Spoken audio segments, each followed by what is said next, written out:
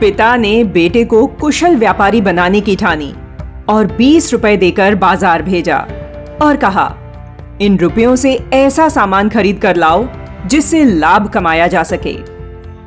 अपने मित्र मर्दाना जी को साथ लिए बेटा नानक तलवंडी से चूहरकाना बाजार की ओर चल पड़ा। परंतु दोनों कोई 10-12 मील दूर ही निकल सके होंगे कि उन्हें जंगल में बड़ी संख्या में साधु आते हुए दिखे, जो कई दिनों से भूखे थे।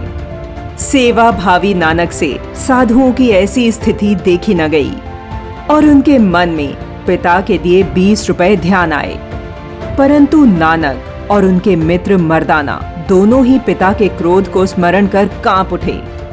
पिता के क्रोध का सामना कौन करेगा?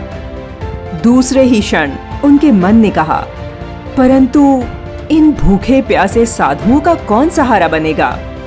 नानक ने कुछ न सोचा और सीधे बाजार की ओर चल पड़े। क्या उन्होंने साधुओं को यूं ही छोड़ दिया? कौन करेगा इन साधुओं की सहायता? नानक बन पाएंगे कुशल व्यापारी? आगे का प्रसंग बताने से पहले हम आपको बताएंगे कुशल व्यापारी बनने के लिए निकले नानक और उनके दोस्त मर्दाना कौन थे। नानक कोई और नहीं, सिख संप्रदाय की आधारशिला रखने वाले गुरु नानक देव जी ही हैं। वे एक पटवारी के बेटे थे। 8-10 गांव उनके पिता की देखरेख में आते थे। पैसों की कोई कमी न थी, परंतु उन्हें पैसों से रत्ती भर भी मोह न था। वे दिन रात आत्मा की सेवा में लगे रहते, जबकि उनके पिता अपने बेटे को सांसारिक ज्ञान देने में जुटे रहते। बेटे की सांस्कारिक कार्यों में रुचि बढ़े, इसके लिए गुरु नानक का सुलक्षणी नाम की कन्या से विवाह करवा दिया गया। विवाह के बाद उनके पिता ने नानक को कृषि कार्य में हाथ बटाने को कहा, जिस पर नानक जी ने कहा, मैं सच्ची खेतीबाड़ी ही करूंगा, जिसमें मन रूपी हलवाहा, शुभ कर्म रूपी कृषि और शरीर रूपी खेत है, जिसे श्रम के पानी से सींचा जाना चाहिए, जबकि नाम रूपी बीज और संतोष रूपी भाग्य शामिल होना चाहिए। नम्रता को रक्षक बाड़ बनाकर भावपूर्ण कार्य करने से जो बीज जमेगा, उससे ही घर बार संपन्न होगा।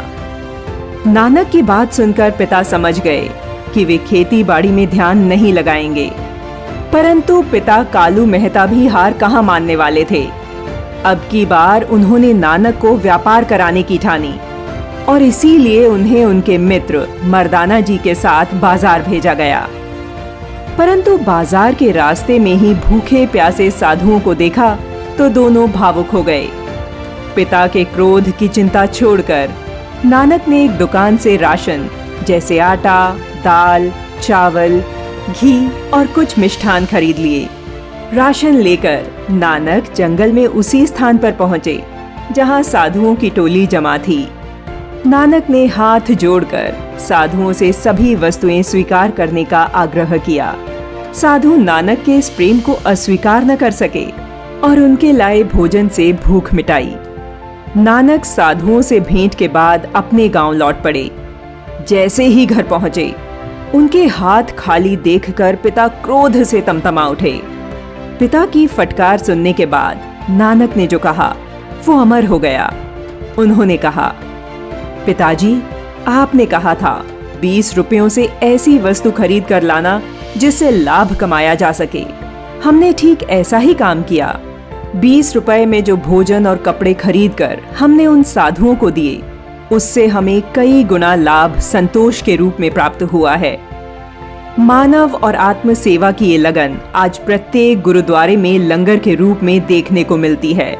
यहाँ प्रत्येक दिन असंख्य पुण्य की कमाई होती है, जिसे विश्व की कोई भी मुद्रा टक्कर नहीं दे सकती।